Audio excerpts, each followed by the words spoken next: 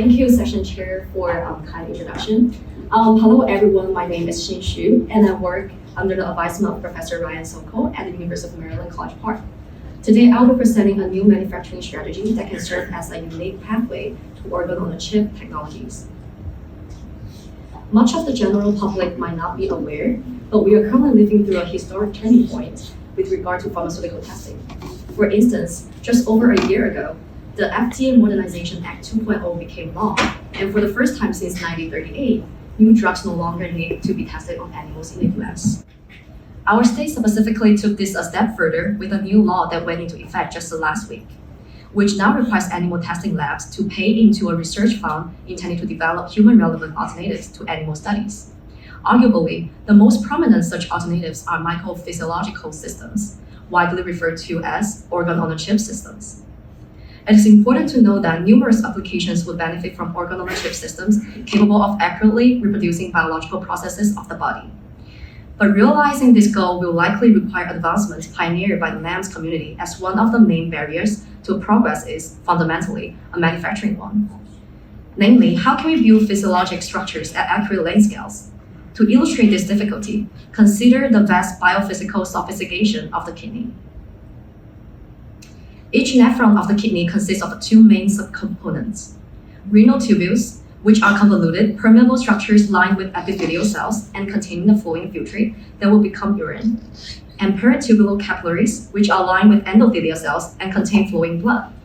Importantly, it is the exchange of key substances between the tubules and capillaries through an interstitial space that underlies renal functions. From a microfabrication standpoint, there are 6 key characteristics of interest. First is that the tubules and capillaries have sub-100 micron circular cross-sections, and not only do they comprise thin permeable walls, but also these walls must also be mechanically soft. Then there are the highly tortuous architectures as well as the flowing filtrate and blood that impart fluid shear stress on the cells. And lastly, the permeable capillaries and tubules must be close enough physically to support that fundamental exchange of essential substances. Certainly, replicating this sophistication is a daunting task, but researchers have made considerable progress. This is the history of kidney on a chip.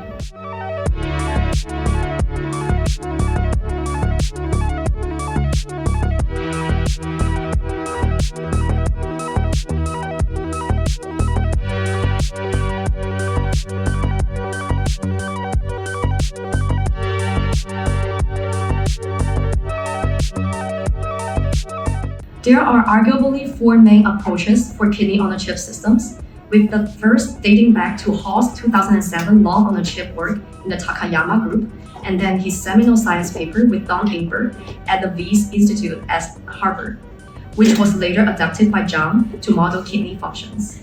The system architecture includes a permeable elastomeric intervening membrane, allowing for different cell types to be cultured on opposite sides. There is microfluidic flow, however, because such systems are fabricating using multi-layers of lithography. The channels have rectangular cross-sections with flow profiles distinct from those in tubular microchannels. An alternative approach reported by one of our co-authors involved performing a Sochol coating process to achieve a circular microfluidic channel. However, the glass coating had its drawbacks, most notably preventing diffusion outside of the lumen. Several notable works from the Jennifer Lewis group involve 3D printing sacrificial materials that can be then cast and evacuated to leave behind hollow channels embedded within extracellular matrix.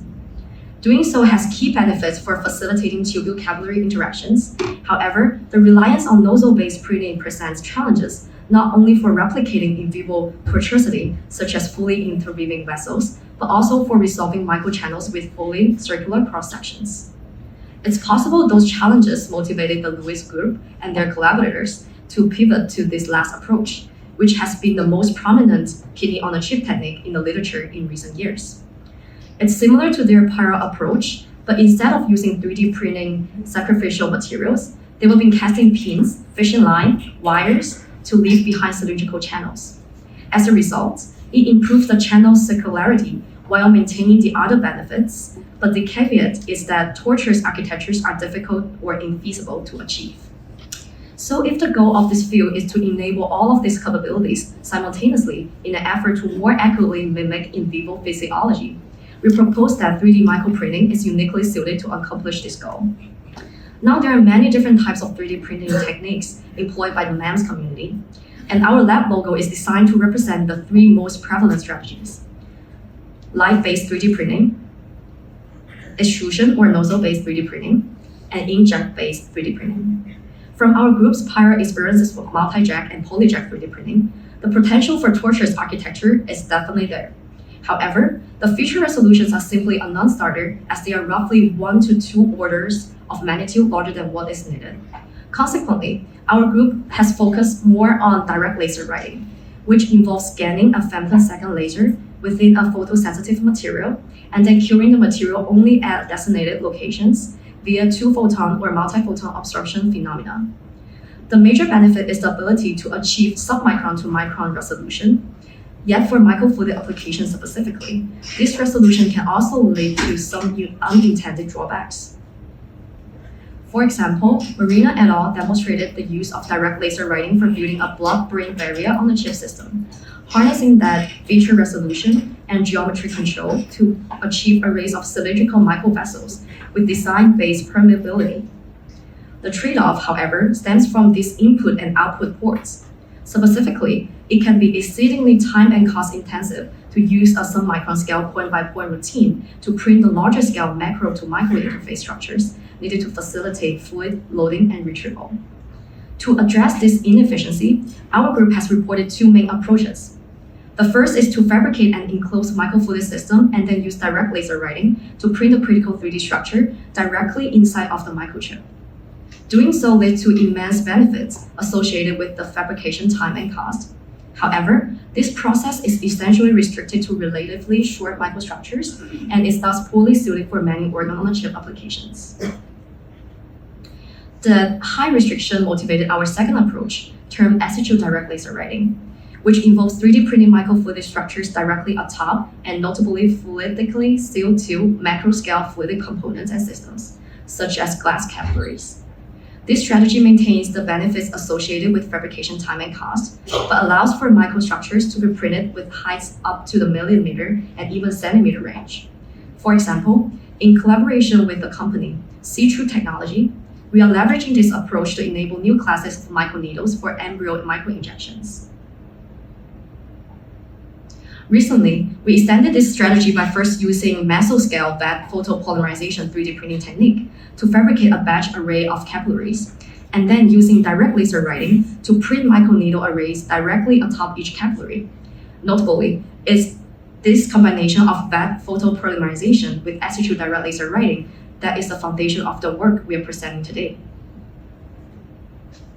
First, we use Vat Photopolymerization to print a bulk 3D microfluidic system, which involves filling a vat with photosensitive material and then using an LCD projector to project UV light to polymerize the photomaterial in a layer-by-layer routine, ultimately producing the 3D microchip.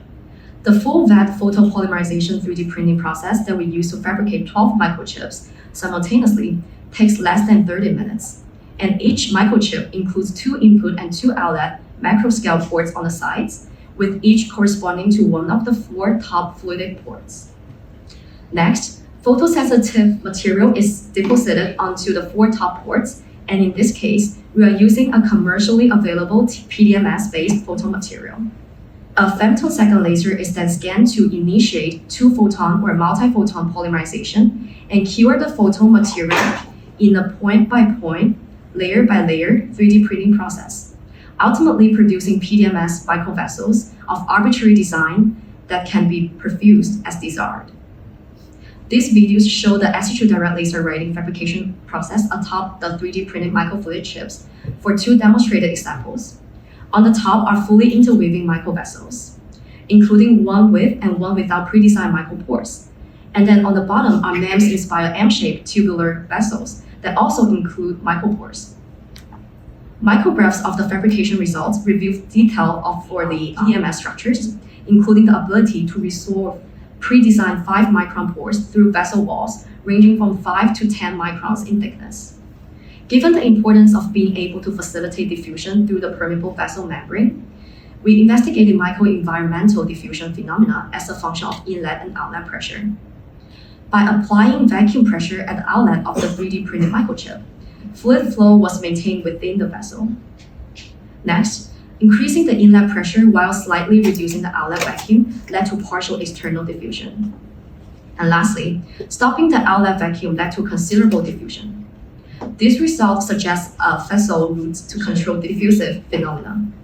As an initial step toward organ-on-a-chip applications, our colleagues have begun investigating seeding protocols for various epithelial cell lines.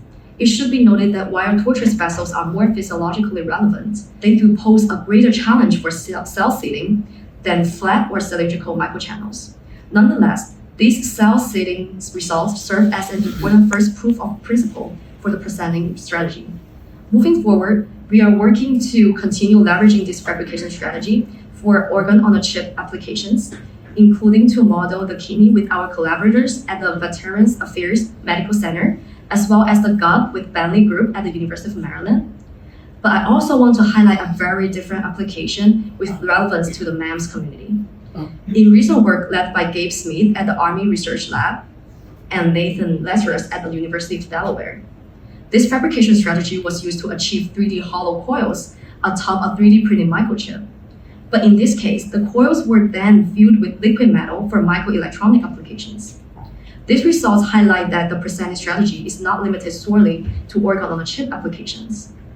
But for now, here we presented a hybrid additive manufacturing strategy that enabled PDMS microfluidic vessels to be fabricated with arbitrary architectures and pre-designed micropores. Looking back on these 6 characteristics of interest, these preliminary results suggest that the presented strategy offers a unique pathway to achieve all of these capabilities simultaneously, thereby holding unique promise to enable new classes of organ-on-a-chip technologies. Thank you all for your time, and I now open the floor to questions.